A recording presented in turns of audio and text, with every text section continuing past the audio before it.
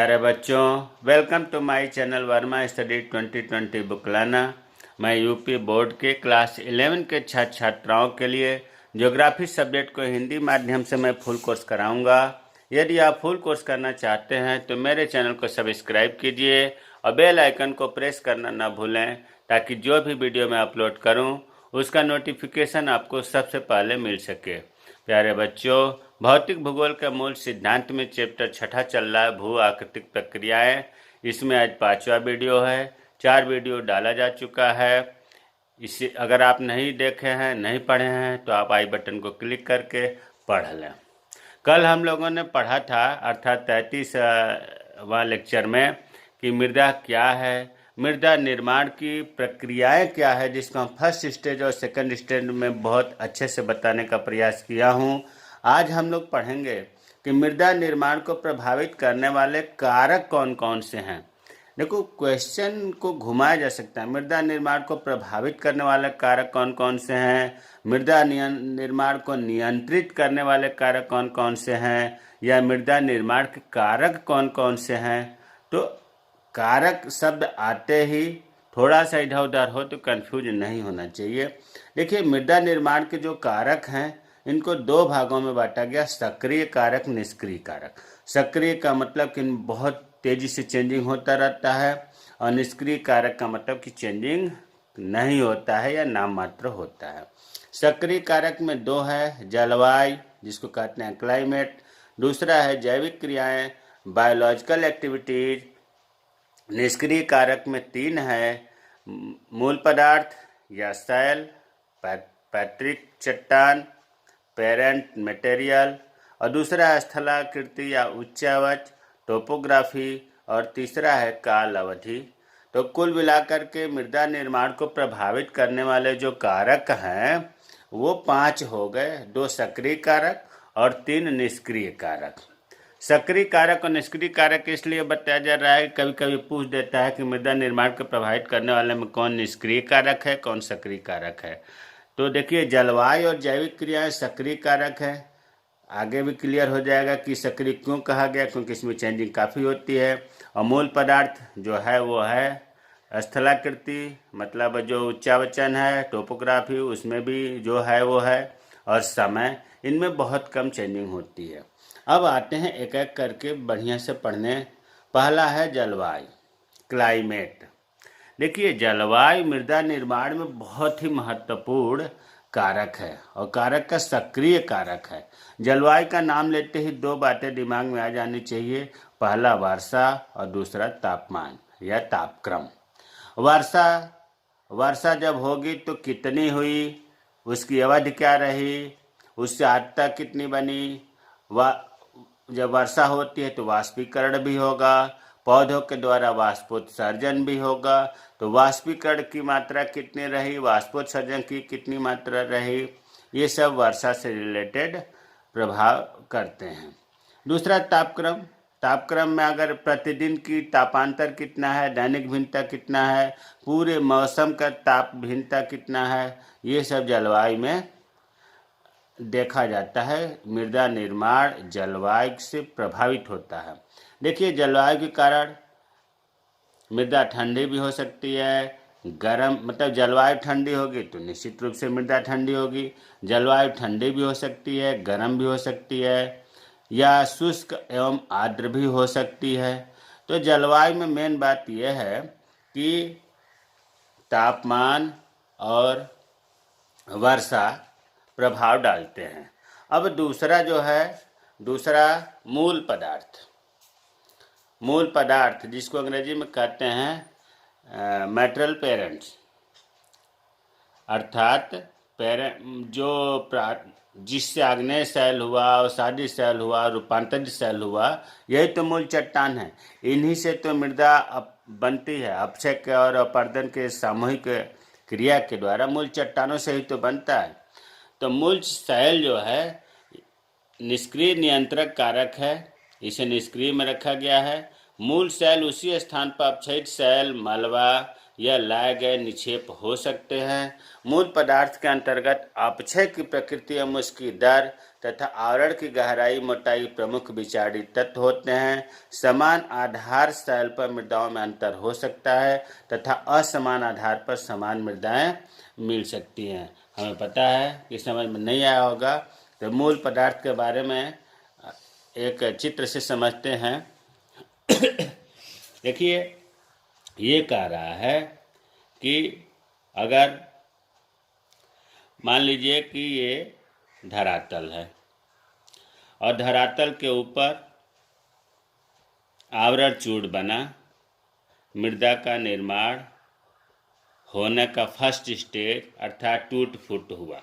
अब इस जो चूड़ बना है यह देखा जाएगा कि इसमें अपक्षय मतलब अपक्षय की प्रकृति क्या है, किस तरह से इसकी टूट फूट हुई, अपक्षय की प्रकृति क्या है, इसकी दर क्या है, कितना समय लगा, बहुत कम लगा, बहुत ज़्यादा लगा, इस अपक्षयी पदार्थ की मोटाई कितनी है, ये जो है प्रभाव डालता है मृदा के निर्माण में। कभी कभी तो ये भी होता है कि एक ही आधार पर मृदा जो है, देखिए एक ही चट्टान से मृदा बनी है, लेकिन प्रकृति और दर और मोटाई के कारण इसमें पता चला कि दो तरह की मृदाएं होगी। यहाँ दूसरे चित्र से दिखा दें। देखिए, मान लीजिए ये स्थल मंडल का ऊपरी परत है जिसमें मृदा हुआ। एक ही आधार पर मृदा दो तरह की हो गई, ये अलग मृदा हो गई और ये अलग हो गई। मृदाओं में अंतर हो गया, लिख दे रहा हूँ, मृदाओं में अंतर हो गया। क्यों अंतर हुआ भाई? अपक्षय की प्रकृति के कारण, दर के कारण। और कभी कभी ऐसा भी होता है कि अलग अलग आधार है और ये अलग चट्टान है, ये अलग चट्टान है, लेकिन इनमें मृदा जो है समान हो गई, मृदाओं में समानता आ गई। ऐसा क्यों हुआ? अपक्षय की प्रकृति के कारण, अपक्षय के टाइम जो लगा दर के कारण। तो यही चीज़ शैल में है। यही अब समझ में आया होगा कि मूल पदार्थ के अंतर्गत अपक्षय की प्रकृति, उसकी दर और आवरण की मोटाई मुख्य विचारित तत्व होते हैं। समान आधार होने पर भी मृदाओं में अंतर हो सकता है, असमान आधार पर भी समान मृदाएं मिल सकती हैं। तो दूसरा हमें उम्मीद है कि समझ में आ गया होगा कि मूल पदार्थ या शैल क्या है। तीसरा है स्थलाकृति या उच्चावच। उच्चावच कठिन शब्द है। टोपोग्राफी स्थलाकृति, इसका मतलब धरातल के आकृति से है। आप देख रहे हैं कहीं उबड़ खाबड़ है, पठार है, कहीं पहाड़ है, कहीं मैदान है, कहीं घाटी है, तो ये स्थलाकृतियाँ हुआ। अब इसको पढ़ने से पहले आपको सीधे हम चित्र के द्वारा समझा दें। देखिए, स्थलाकृति, अगर कोई मान लीजिए कि ढाल है, तीव्र ढाल है, कैसा है? तीव्र ढाल है। आप देख भी रहे हैं कि ऊपर से नीचे बहुत तीव्र ढाल है। तो इसमें जो आवरण चूड़ बनेगा वो निश्चित रूप से पतला बनेगा। क्यों बनेगा? क्योंकि इसका जो है अपर्दन होता रहता है। तो यहाँ अपर्दन ज़्यादा होगा ढाल है तो, ये तो क्लियर है।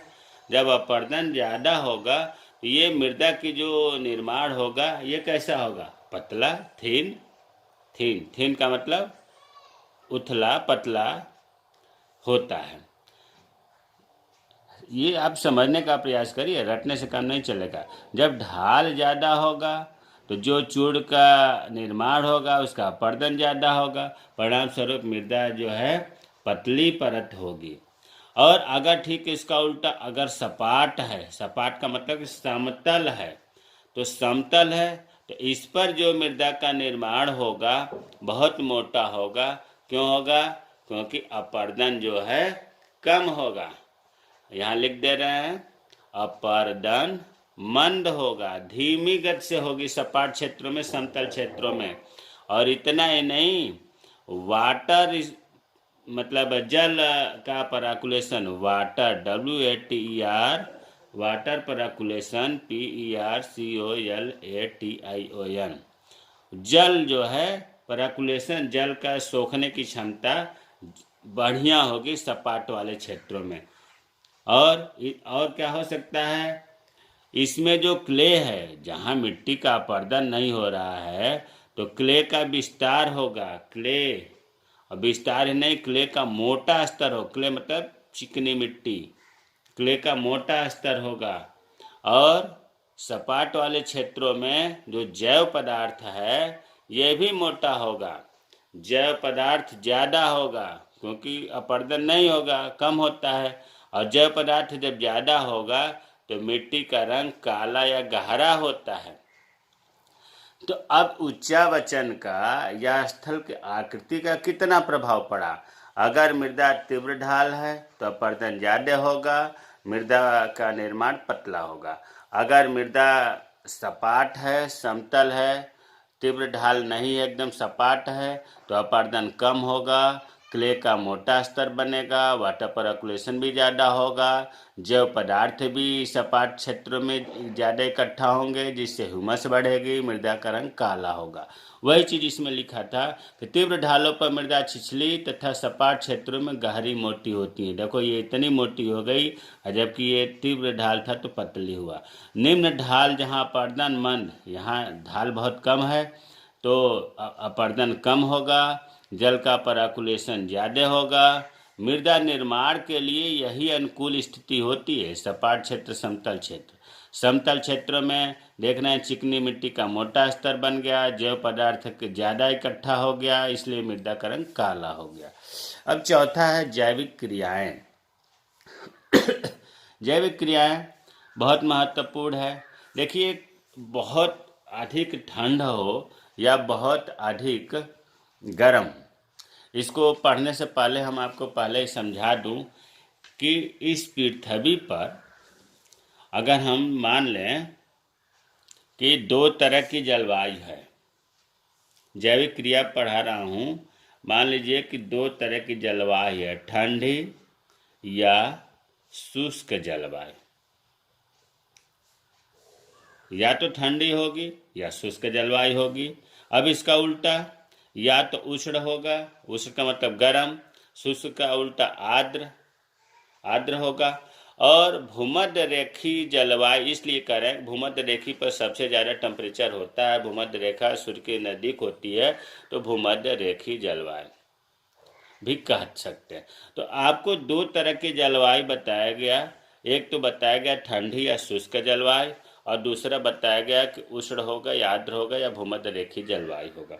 अब हम ये बताना चाहते हैं कि जहाँ पर ठंडी या शुष्क जलवायु है प्यारे बच्चों, वहाँ पर ये आपको याद रखना है कि जो बैक्टीरिया होता है, जो जीवाणु होता है, बैक्टीरियल कार्य जो होगा, जीवाणु कार्य धीमी करेगा या बिल्कुल नहीं, मंद करेगा। बैक्टीरियल कार्य, जीवाणु जो है इसमें कम सक्रिय होंगे। क्यों सक्रिय होंगे? क्योंकि बहुत ज़्यादा ठंड पड़ रही है यहाँ पर। ठीक इसके उल्टा इसमें गर्मी वाले में क्या होगा, जो गर्मी जलवायु है, भूमध्य रेखी जलवायु है, इसमें जो बैक्टीरियल कार्य है, बैक्टीरिया जो कार्य करेगा वो तीव्र करेगा। रटने से काम नहीं चलेगा, इसी से आप बहुत बढ़िया से समझ लेंगे। ठंडी जलवायु में बैक्टीरिया का कार्य धीमी होता है, उष्ण जलवायु में बैक्टीरिया कार्य तेजी से करता है। इतना ही नहीं, ठंडी में जब कार्य ही धीमे नहीं करें, इनकी संख्या भी कम होती है, और उष्ण में बैक्टीरिया की संख्या बहुत ज़्यादा होती है। जब बैक्टीरिया कार्य धीमी होगा, ठंडी जलवायु में मान लो कि अगर वनस्पतियों की पत्तियाँ गिर गई जमीन पर, पत्तियाँ गिरेंगी या घास जो है ये क्या होंगी, ये सड़ेगा नहीं, ये सब सूखेंगी। भाई बैक्टीरिया ही सड़ाता है किसी भी वनस्पतियों के अवशेष को, जीव जंतुओं के अवशेष को। अब यहाँ बैक्टीरिया है ही नहीं, है तो कार्य नहीं कर पा रहा है, तो जो पत्तियाँ गिरेंगी, घास गिरेंगे, वो क्या होगी, सूखेगी। और सूखने के बाद अब वो नष्ट नहीं हो पाती है क्योंकि बैक्टीरिया सड़ाने वाला है ही नहीं, तो जैव पदार्थ की मात्रा बढ़ेगी। देखिए हम कैसे बता रहे हैं, जैव पदार्थ बढ़ेगी। और जब जैव पदार्थ बढ़ेगी तो हम ये भी कह सकते हैं कि ह्यूमस जो है, जो जैव पदार्थ के मतलब जैव पदार्थ से बनता है, ह्यूमस कार्बनिक पदार्थ, ये भी बढ़ेगी। अब जैव पदार्थ बढ़ेगी, ह्यूमस बढ़ेगी। अब इसमें देखते हैं इसमें जब पत्तियां गिरेंगी या घास जो है, बैक्टीरिया होने के कारण इनका जल्दी से ऑक्सीकृत हो जाता है, मतलब ये जल्दी ही समाप्त हो जाते हैं, इनका अस्तित्व समाप्त हो जाता है। तो हम ये कह दें कि वनस्पतियां जो हैं शीघ्रता से ऑक्सीकृत हो जाती हैं। ऑक्सीकृत का मतलब कि ये पूरा समाप्त हो जाती हैं, खत्म हो जाती हैं, इनका जो है अस्तित्व समाप्त हो जाता है। क्यों? बैक्टीरिया के द्वारा। भाई बैक्टीरिया उसको सड़ा दिया और धीरे उसके बाद पौधों के उपयोग में आ गया, समाप्त हो गया। अब जब वनस्पतियां शीघ्रता से ऑक्सीकृत हो जाती हैं तो उष्ण आर्द्र जलवायु वाले क्षेत्रों में क्या होगा? जैव पदार्थ कम होगा, बहुत कम होगा, कम होगा। और जब जैव पदार्थ नहीं रहेगा तो ह्यूमस कम होगा, स्वाभाविक है। अब यहाँ ठंडी जलवायु में आते हैं। जब जैव पदार्थ ज़्यादा होगा, ह्यूमस ज़्यादा होगा, इसीलिए ठंडे वाले क्षेत्रों में जब हम खुदाई करते हैं तो हम वहाँ देखते हैं कि जैव पदार्थ के साथ पिट, एक शब्द आता है पिट। पिट का मतलब है कि कार्बनिक पदार्थों का जमावड़ा। पिट संस्तर विकसित हो जाते हैं, पिट संस्तर विकसित हो जाते हैं। कहाँ हो जाते हैं? जाड़े वाले, ठंड वाले जलवायु में। भाई जैव पदार्थ बढ़ गया तो जब जमीन की खुदाई करेंगे तो पता चला कि पूरा कार्बनिक पदार्थ का ही है, जिसे हम कहते हैं पिट संस्तर, पिट होरिजिन। इसमें क्या होता है? इसमें जो है बैक्टीरिया के द्वारा शीघ्रता से ये नष्ट हो जाते हैं, ऑक्सीकृत हो जाते हैं। तो हम एक शब्द में ये कह सकते हैं कि पिट संस्तर नहीं बनते हैं, पिट संस्तर नहीं बनते हैं जहाँ पर ज़्यादा उष्ण या भूमध्य रेखीय जलवायु वाले क्षेत्रों में। तो यहाँ आपको बता दिया गया कि ठंडी या शुष्क जलवायु उष्ण आर्द्र के शुष्क जलवायु में कैसे होता है। तो वही चीज़ है यहाँ पर। अब वही चीज़ देखो, इसमें लिखा है कि बहुत अधिक ठंडी या शुष्क जलवायु में जैविक क्रिया मंद या बंद हो जाती है। यदि इसमें पत्तियाँ गिरती हैं या घासें सूख जाती हैं तो जैव पदार्थ बढ़ जाता है, ह्यूमस एकत्रित हो जाते हैं, क्योंकि यहाँ बैक्टीरियल कार्य धीमी होती है। ठंडे प्रदेशों में जैसे टुंड्रा जलवायु में, आर्कटिक क्षेत्रों में निम्न बैक्टीरिया क्रिया होने के कारण और जैविक पदार्थ अभिघटित होने के कारण पिट के संस्तर विकसित हो जाते हैं। इसके विपरीत आर्द्र उष्ण भूमध्य रेखीय जलवायु में बैक्टीरिया वृद्धि और क्रियाएं ज़्यादा होती हैं। मृत वनस्पतियों का शीघ्रता से ऑक्सीकृत हो जाती हैं, जिससे मृदा में ह्यूमस की कमी आती है और मिट्टी का रंग भी कम काला होता है। इसके अलावा राइजोबियम बैक्टीरिया, राइजोबियम का नाम लेते ही आप जान जाइए कि दलहनी फसलों की जड़ों में पाया जाता है। अगर दलहनी फसल को, चना मटर मसूर को उखाड़ें तो उसमें ग्रंथियां दिखाई देंगी, गांठें दिखाई देंगी। उसमें राइजोबियम बैक्टीरिया नाइट्रोजन को भरा रहता है। ये नाइट्रोजन हवा की गैस से लेता है, गैसीय नाइट्रोजन को ले करके और दलहनी फसल को उपलब्ध कराता है।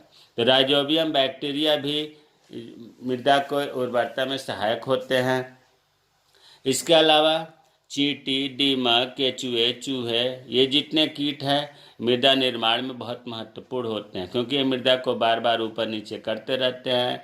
केचुआ मिट्टी खाता है, उसके शरीर से जो मिट्टी निकलती है उसका गठन और रसायन भी चेंजिंग हो जाता है। तो हमें उम्मीद है कि जो जैविक क्रियाएं हैं अच्छी तरह से समझ में आ गया होगा। पांचवा लास्ट है काल अवधि या टाइम।